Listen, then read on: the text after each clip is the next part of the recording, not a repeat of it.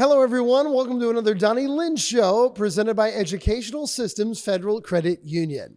My name is Adam Pohl. We hope you're having a great holiday season as it is Christmas time here in Emmitsburg. We're going to break down with Coach Lind the Mount's big win in the Catholic Clash. And then we're going to look forward to the next 2 weeks of games at Drexel and then home against Penn State Brandywine and Iona. The Donny Lind Show starts now.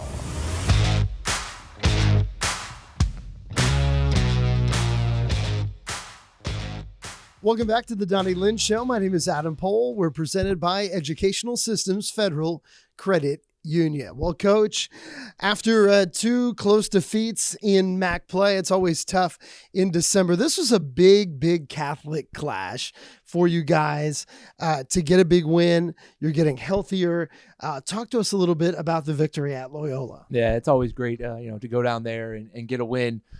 Certainly was an emotional day for me. My first time in 10 years being back at my alma mater. Yeah. And so to have our team, play well, that was our goal, is just to continue to get better, to continue every day to work on the process of becoming a great team. And, for us to do that, we've got strides to make.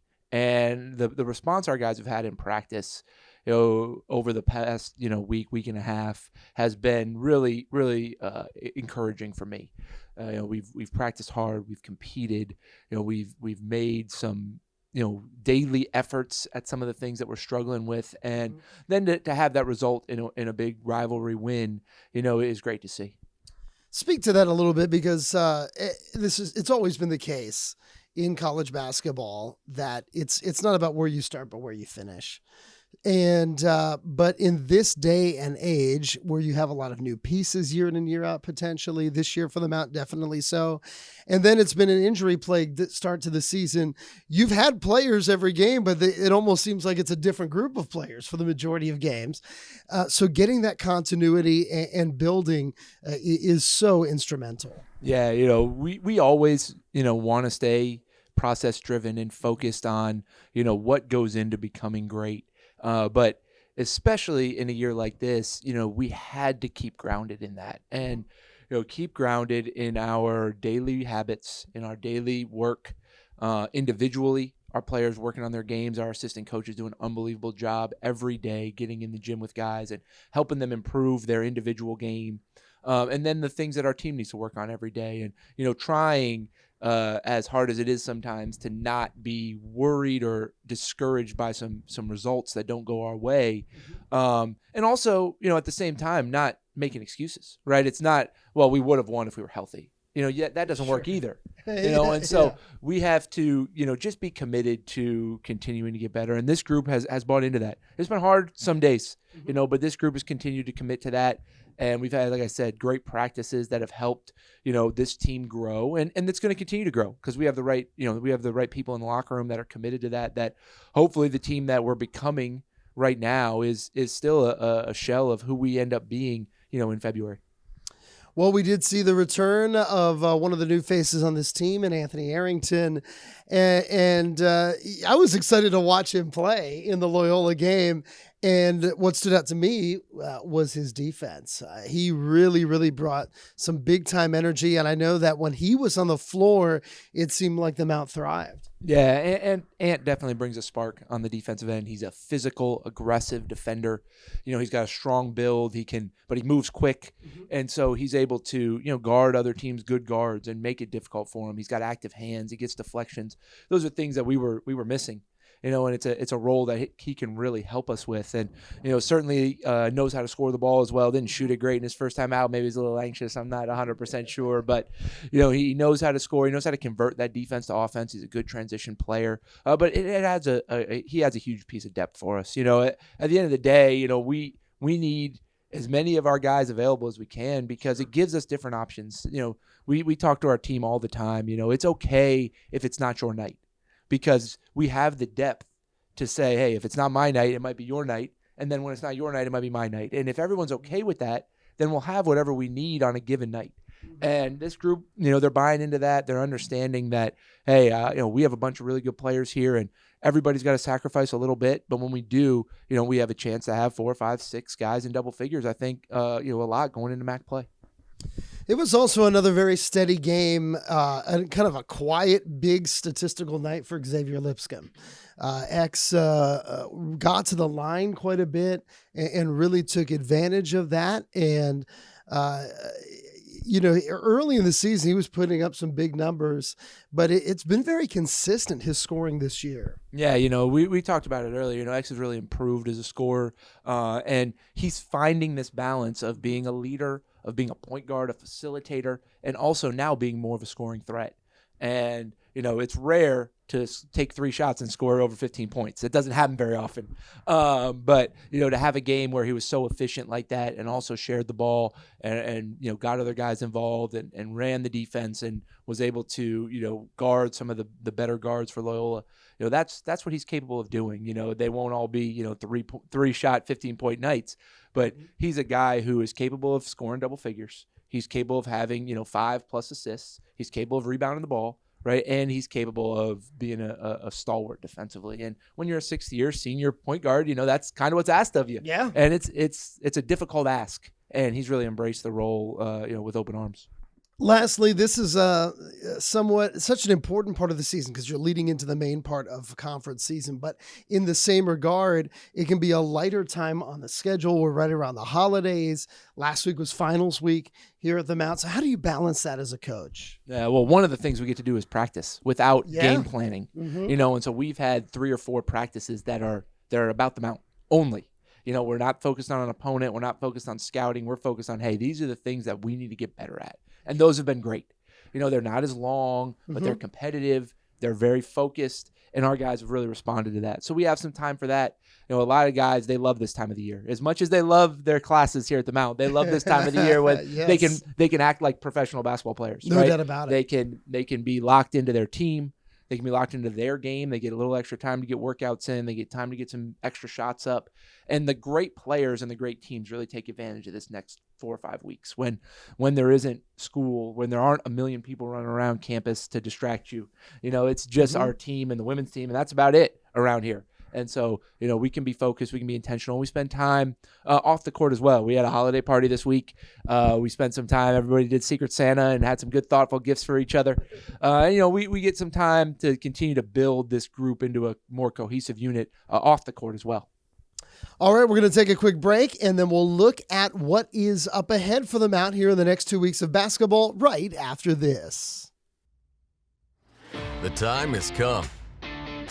The steak and cheese sandwich is back at Roy Rogers. Savory or spicy, make it yours with your favorite fixins. Go big and upgrade to a large drink and holster fry for the full cowboy experience. Get it while you can. Steak and cheese is here for a limited time only. See you soon at Roy Rogers.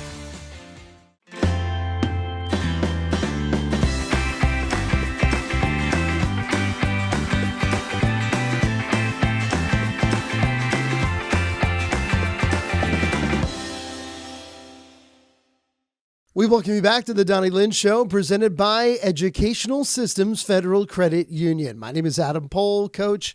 So here we go, the end of the 2025 calendar season per se. You guys have 3 games up ahead. This upcoming week, you're on the road against Drexel. You then play your only non-Division I team of the year, Penn State Brandywine, here at home Sunday the 21st at noon. And then the following week, after about 8 days off around the Christmas time, a huge kind of a rejoining of conference play with the matchup against Iona here at Knott Arena Monday the 29th.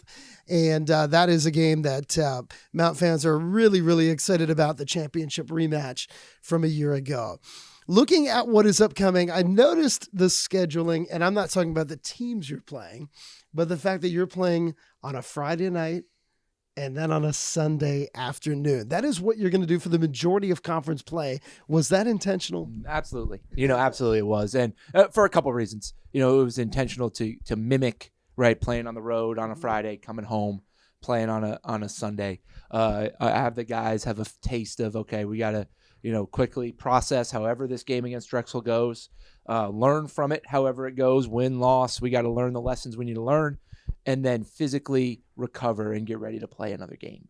And so we'll do that. We'll go kind of through our routine. That in between day at home is a kind of a weird practice day because you got a lot of things, you got a lot of film to watch, you got a lot of things to do mentally, and then you got to figure out how much you can do physically. So, we'll get a little dry run of that before we get to conference play, and then obviously wrap up our pre-holiday time, and the guys get a few days to go home. So playing on the 21st as opposed to the 22nd gives the guys an extra day home with their families. Yep. Which I'm all for, and see if we can get them rested and refreshed before we go into the really grueling January, February of MAC play. No doubt about it. And tell us a little bit about the matchup here against a team like Drexel. That is an opponent we have not seen them outplay over the years. So it's going to be a good test. Yeah, absolutely. They're a good program from the CAA. In Philly, we really wanted to get to Philly to play there. We have such a strong Philly alumni base. We wanted to play in front of those alums. It's a great area to recruit. And so we get our name, circulating in that area a little bit more.